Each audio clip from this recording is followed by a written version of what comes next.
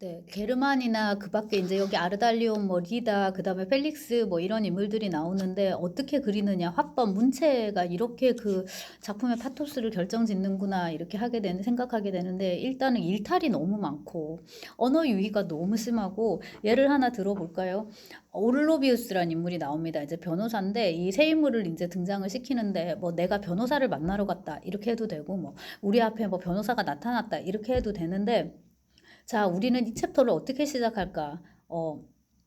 몇 개의 바리안트를, 그러니까 몇 개의 옵션 선택지를 한번 내가 제시해 본다. 이런 식으로, 자, 1번 이렇게 쓸 수 있을 거다. 2번 이렇게 쓸 수 있을 거다. 3번 이렇게 쓸 수 있을 거다. 이렇게 해서 일반적으로 이야기 전개에는 전혀 도움이 되지 않는, 심지어 이제 그 흐름을 저해하는 이런 것들이 이제 너무 많고, 네. 그다음에 인제 게르만이 자기의 그 독서량과 문학적인 소양 혹은 인제 그런 걸 갖고 싶어 하는 지향을 인제 과시하는 부분이 너무 많은데 이거를 잘못 쓰면은 작가가 지금 이야기를 제대로 못 쓰는 거예요. 이야기를 진척시키지 못해 가지고 근데 분량은 채워야 되는 거야. 네. 어떻게든 쓰기는 써야 되는 거예요. 그래 가지고 그거를 억지로 채우는 것처럼 인제 보일 수도 있는데 뭐 나보코프는 그렇지는 물론 않고요. 근데 인제 그런 부분보다도 독자를 감동시키는 거는 확실히 게르만이라는 인물이 어떤 진심을 가지고서 어떤 것에 대해서 얘기를 할 때 예를 들자면은 인제 자기가 쓰는 행위에 몰입한다거나 '글 쓰는 게 너무 힘들다.'라는 어떤 고뇌를 인제 이렇게 토로할 때 그럴 때가 그나마 쪼끔 인제 이 인물에 대해서 공감, 동정 이런 걸 갖도록 하고 인제 나름의 감동을 준다는데 예를 들자면은 요거는 제가 번역한 건데요. 그 지금 문학동네에서 나온 번역본 여러분 번역이 굉장히 좋습니다. 그래서 그냥 그거 보시면 되고요. "하지만 나는 너무나 지쳤다. 죽도록 지쳤다. 이런 날도 있었다. 예를 들어 그저께 두 번쯤 잠깐 쉬었다가 연달아 9시간 동안 썼고." 엄청나죠. 그죠 여러분? 그다음 "내가 잠들었다고 생각하시는가? 아니 나는 잠이 들지 못해 완전히 녹초가 돼 형틀에 묶인 듯 온몸이 축 늘어져 있었다.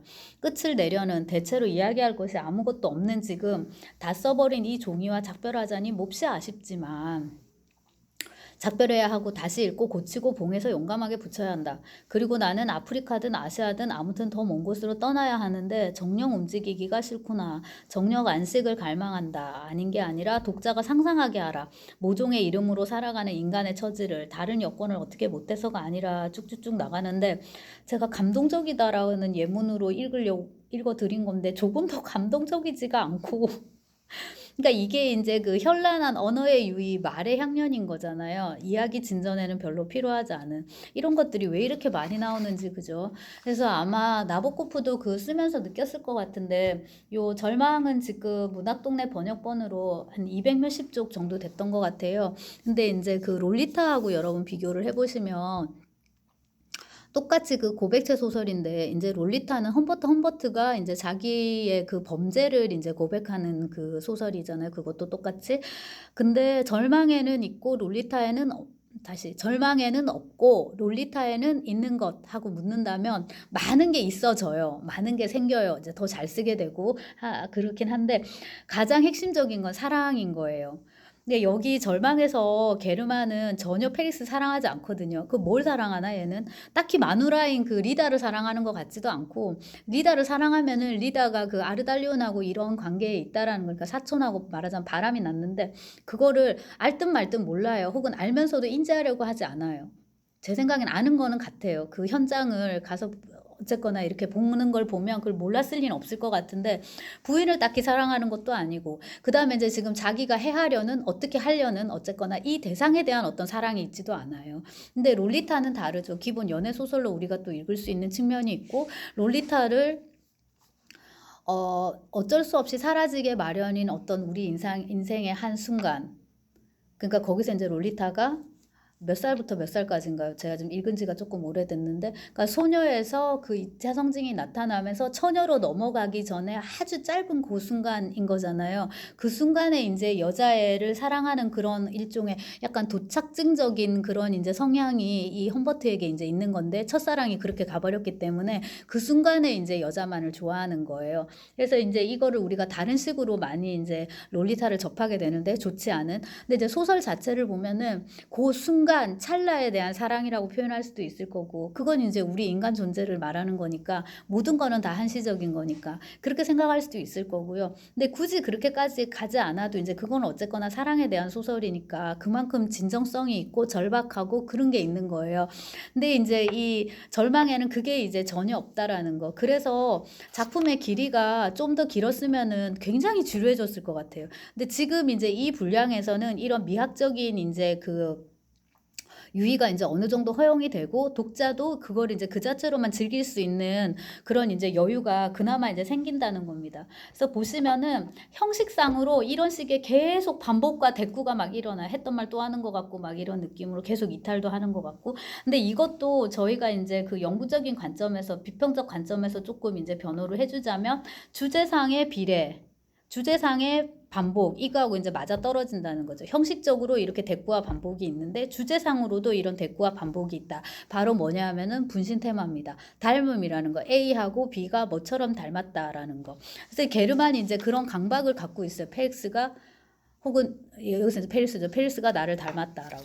그래서 이 부분을 이제 살펴볼 텐데, 여기서 우리가 원초적인 질문을 던질 수 있을 것 같아요. 그 닮음에 대한 기획이 먼저인가? 아니면은 펠릭스를 본 것이 먼저인가? 그러니까 실제로 존재하는 이 객관적인 대상, 이게 먼저인가? 아니면 이제 내 안에 있는 이 기획인 거죠. 이게 먼저인가? 이런 물음을 이제 던질 수가 있는데요. 만약에 펠릭스하고 내가 게르만이 전혀 닮지 않았다면, 근데 실제로 지금 그런 걸로 나오잖아요. 그러면은 게르만의 이 기획은 창조적인 것인가? 아니면은 그냥 광기의 산물일 뿐인가? 광기라는 말을 이제 붙이기도 되게 애매한 것이, 너무 띨빵한 인물로 이렇게 이제 묘사가 되고 있단 말이에요. 그래서 이제 우리가 나보코프 수업을 들을 때는 항상 그 부분을 강조를 하셨었는데, 그러니까 선생님이 그 부분의 강조에 대한 말을 항상 들었는데, 뭐냐면은 나보코프는 인물들을 이렇게 꼭두각시처럼 다룬다. 인물들이 다 바보인 거예요. 자기는 천재고 자기는 신이고.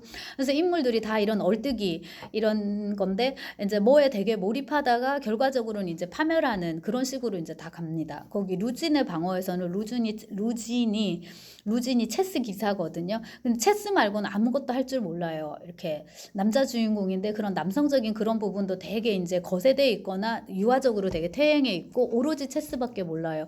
체스에 몰입하다가 마지막에 어디 이게 창문인가 그게 있는데 그거를 체스판으로 착각을 하든가 어떻게 돼가지고 이게 떨어져 자살하다시피 이렇게 이제 죽게 되는데, 그런 식의 이제 몰입, 광기 막 이런 것들이 나오는데, 그거를 이제 그리면서도 이제 그런 주체를, 즉 주인공을 굉장히 이렇게 천재인 것처럼 그릴 수 있잖아요. 그렇게 쓸 수 있고 미화하고 신화할 수 있는데, 나보코프는 되게 반대로 그거가 이제 그 맹목의 산물인 것처럼 이제 이렇게 그려요. 근데 여기서는 이제 게르만이 그런 식으로 이제 작가의 꼭두각시 인형 이제 노릇을 해야 되는지라 되게 좀 띨빵하고 멍청한 좀 그런 인물로, 자기 만족에 젖어 있는 그런 인물로 좀 나오는 거거든요. 그래서 게르만은 막 이렇게 저렇게 되게 현란하게 얘기를 하는데, 정작 공개된, 우리 독자 앞에 공개된 게르만의 범죄 개요는 너무나도 진부하고 너무 시시껄렁한 거예요.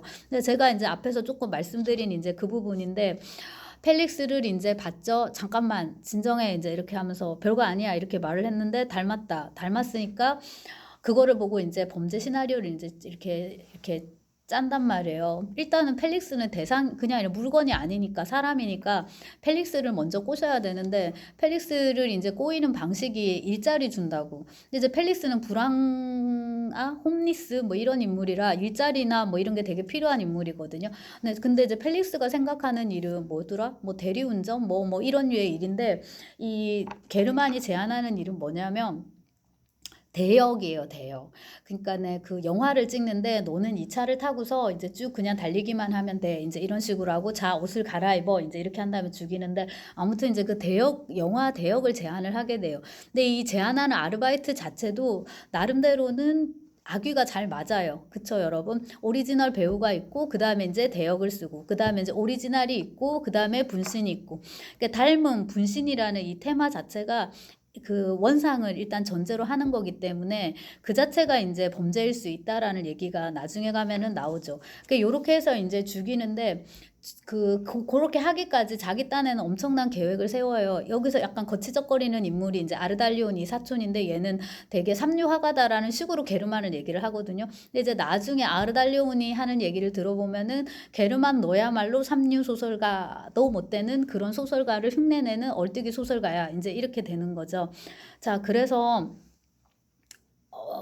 어쨌거나 이제 아르달리온이 이제 거치작 거리니까 아르달리온을 리다랑 어떻게 상의를 했든가 아르달리온이 가고 싶어 했든가 해가지고 이탈리아로 보내버립니다. 없어졌죠. 그 다음에 이제 리다를 꼬셔야 돼요. 부인을 이제 어떻게 해야 되는데 리다한테 이제 자기가 쌍둥이 형제가 있는데 그 형제가 자살을 하고 어쩌고 저쩌고 할 지금 계획인데 자살을 하면서 쌍둥이 형제인 자기를 위해서 그 보험금을 쏜다. 말하자면 이제 이런 식의 또 시나리오를 리다한테 쭉 얘기를 합니다. 근데 리다가 심드렁하게 이제 한두 마디를 던지는데 리다가 던지는 말이 굉장히 또 폐부를 찌르는 말이 많더라고요. 아무튼 근데 게르만은 지금 되게 맹목적이에요. 오로지 자기 기획에만 사로잡혀 있기 때문에 그 리다의 말이나 뭐 이런 거에 지금 맞아 그럴 수 있겠다 이렇게 생각할 만한 이미 이런 지력을 상실한 상태예요. 자, 이제 그렇게 하고 펠릭스랑 이제 이렇게 해가지고 이제 계획을 꾸리게 되는데 그 글을 쓰다가 갑자기 또 막 이탈을 합니다. 제가 하나 읽어드릴게요. 전부 다 이런 식이었던가? 내 기억을 충실히 따르고 있는 건가? 아니면 내 편이 대열을 벗어나서 제멋대로 춤을 추고 있는 건가? 우리의 이 대화는 어딘가 너무나 문학적이고 도스토옙스키의 이름을 간판으로 내걸고 술집을 위장한 고문실에서 이루어지는 대화의 기미를 보인다. 이런 거 너무 재밌잖아요. 이름 간판으로 도스토옙스키 이렇게 내밀고 술집 이렇게 해놨는데 실은 이제 고문실인 거야. 그러면서 이제 조금만 더 있으면 선생이 튀어나올 것이다. 심지어 제곱 선생이 익숙한 흥분된 말투로 그리고 이미 꼭 이렇게 이것도 이제 도스토옙스키가 잘 쓰는 말인데 네, 선생 뭐 이런 거. 그래서 그 죄와벌에서 라스콜니코프가 이제 저기 마르멜라 도프 만나는 장면 있잖아요. 범행하기 전에 이제 그거를 지금 염두에 두고 쓴 건데 재미있죠 이거. 네. 그러고 나서 또 나는 우리의 대화를 뉘앙스 하나 놓치지 않고 속속들이 기막히게 잘 기억하고 있는 것 같다. 자, 여기서 다시 이러고 이제 또 괄호치고 나와요. 괄호는 왜 이렇게 많은지. 자, 괄호치고 자, 여기 다시 열병으로 인한 발작성 정신 이상과 자존감 상실로 인한 일탈 행동 분야의 우리 전문가가 좋아하는 낱말. 속속들이가 나왔으니 강조 표시를 해볼까나 이렇게 속속들이라고 번역한 단어는 뽀드노거뚜누 손가락 손톱 밑에 이런 뜻인데 이제 그만큼 이제 안에 속속들이 들어있는 이야기 이제 이런 겁니다. 이것도 이제 역시나 도스토옙스키가 좋아하는 적어도 이제 그렇다고 나보코프가 생각하는 단어인 거죠. 이런 식으로 이제 도스토옙스키 텍스트를 가지고 와가지고 이제 이렇게 한번 또 일탈을 이제 시도를 하면서 동시에 이 소설이 이런 거를 이제 지향하고 있다, 겨냥하고 있다라는 걸 보여주고요.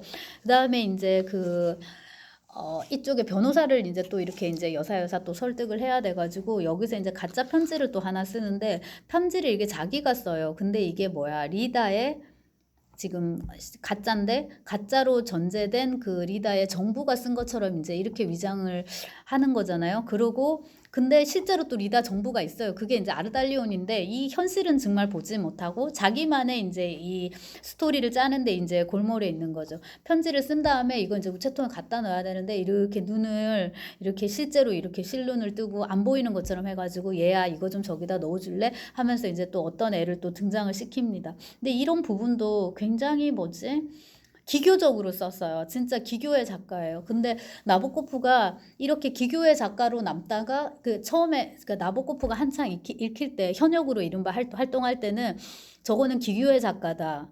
스타일리스트에 불과하다. 안 좋은 의미로 이제 그렇게 평가받던 때가 있었는데 나보코프가 1975년인가 죽는데 어쨌거나 시간이 흘러 지금에서는 그런 작가로만은 보지 않아요. 훨씬 더 많은 거를 담고 더 이제 재능이 있는 그런 작가로 봐서 우리가 지금 이렇게 이제 연구를 더 해야 되는 그런 작가로 이제 자리매김이 됐단 말이죠. 근데 이제 그렇게 비난받아온 측면이 있다라는 것을 이 절망을 보면은 이제 정말 이제 알 수 있습니다. 그렇게 해가지고 이렇게 가짜 편지도 만들고 변호사도 막 만나고 해서 게르만이 이제 굉장히 바쁘게 움직이는데 이 분답한 움직임만 봐도 이 게르만이 하수라는 게 또 보이기도 하고요. 그런 식의 이제 필치로 작가가 쓰고 있습니다.